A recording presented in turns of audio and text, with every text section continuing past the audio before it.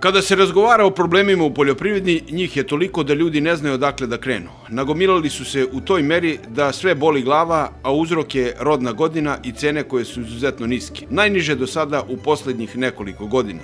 Situacija je takva da će se teško pokriti i troškovi proizvodnje kod pojedinih kultura. Obrazloženje da su cene u okruženju slične ne može da prođe kod paora, jer i naša saznanja i njihova kažu da poljoprivredni proizvodi su daleko skuplji, kao što su i subvencije daleko veće. U stvari, ovim činom izvršen je do sada najsnažniji udar na ionako prazne džepove poljoprivrednika, koji će imati velike probleme da primene punu agrotehniku pred predstojeću setvu pšenice. O tome danas malo ko brine, jer problemi su usložnjeni na svim nivoima i kao takvi reflektuju se i na stanje u poljoprivredi. U poljoprivredi koja već decenijama nema strategiju razvoja i koja iz godine u godinu ponire sve dublje i dublje. O ovim i drugim temama vezanim za poljoprivredu razgovarali smo sa vrednim domaćinima iz Mola. Cene su nam jako loše, repromaterijal to je skupo sve, a naše je sve jeftino, pogotovo suncokret, tu smo popušili i tu nemamo nikakve zarade, radimo sa gubitkom.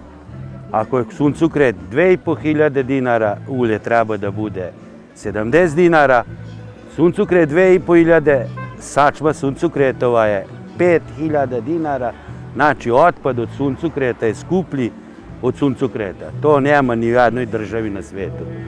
A što se soja tiče, isto tako, soja 4-5 hiljada, a sačma od soje 10.000.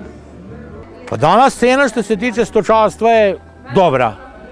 Bihovi su postigli cenu 2, ja sam postigao 2,36, svinji su 200 dinara.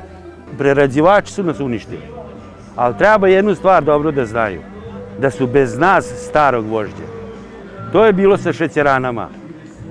Ja sejem repu 20 godina, ratovali smo s njima, oni su sad korektni, pre setve su izašli sa cenom, cena se poštuje, evo, sin mi vadi danas šećernu repu, digestija je oko 16 i nešto, nečistoća je u redu, na ugovoru smo imali unapred cenu, a ovo što se sad desilo, to je katastrofa.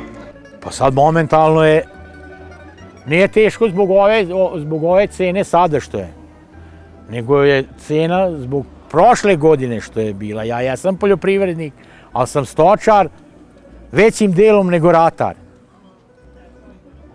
A o stočarima niko ne misli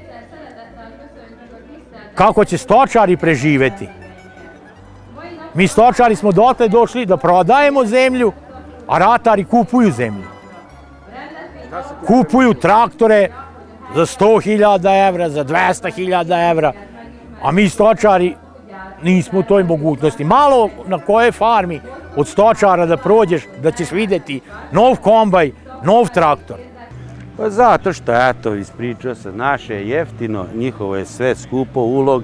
Veštak su nam proletos davali, vezali za evro.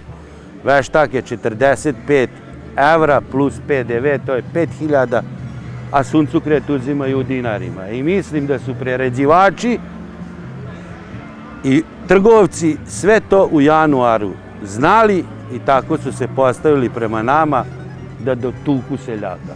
Mi mali se bunimo, a mislimo da su veliki dobili od neke pare neke ili neke povoljne kredite, pa zato ćute. Štete imam zato što kažem šta je, tamo se donese nešto što bi bilo dobro malo da se ta poljoprivreda podstakne i ti mladi da bi ostali na selu. Naš ministar Dinkić, financije, on stalno daje nekom pare ko zaposli, strancima i drugima. Pa što ne da našom mladom poljoprivredniku jedno 10.000 ili 20, ne mora se 20 godina zaposliti, ali da pomogne tog poljoprivrednika koji će ostati na selu. Jer ne može mladi početi ako ne dobije neki kvasac. A kvasac može dobiti od dede i oca i ako će ga država pomoći. Zemlju ne bi smeli dozvolili da se proda, zato što nam je to još jedino ostalo. To je ovako moj deda je govorio, čija je zemlja, njegova država. Mi ćemo sve uništiti. Sa konkurencijom? Pa, ni mi sami ne znamo, jer će doći roba iz Evropske unije, visoko subvencionisana, Tamo su subvencije od 300, 500 pa do 800 evra, a kod nas je nažalost 6.000 po hektaru i kad oni donesu njihovu robu, to tako izgleda kao kad je trka na 100 metara, mi smo na startu, a oni su 20 metara od cilja, imaju vremena još i kafu da popiju i da nas pobede.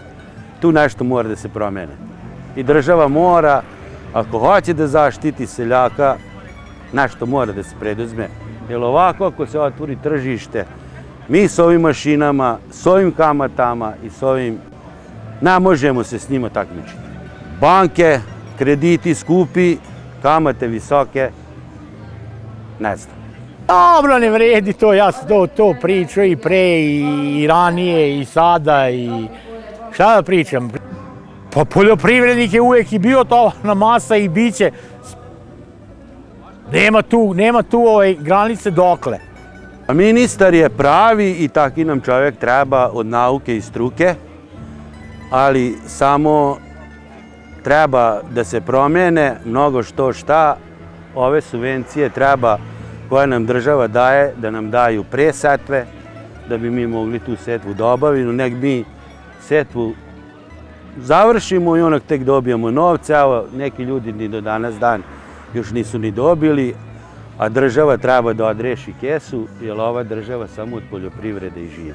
Šta reći posle ovoga, osim da je situacija alarmantna, da su ljudi saterani u slepu ulicu iz koje nema dalje. I zaista, kada čovjek trezveno razmisli glavom, poljoprivrednici su u velikom problemu. Možda do sada i najvećem, jer snašlo ih je veliko zlo, da su gotovo svi poljoprivredni proizvodi toliko jeftini da se ljudi klone i razgovora na ovu temu. A šta će tek biti kada počne stizati iz celog sveta roba? Kako će njoj konkurisati u uslovima kada im je posao podcenjen? Pišući ovo iz ugla poljoprivrednika, svestan sam činjenice da svi moramo ravnomerno podneti teret krize, ali bojim se da ovako najveći teret će izneti, a ko bi drugi nego seljaci.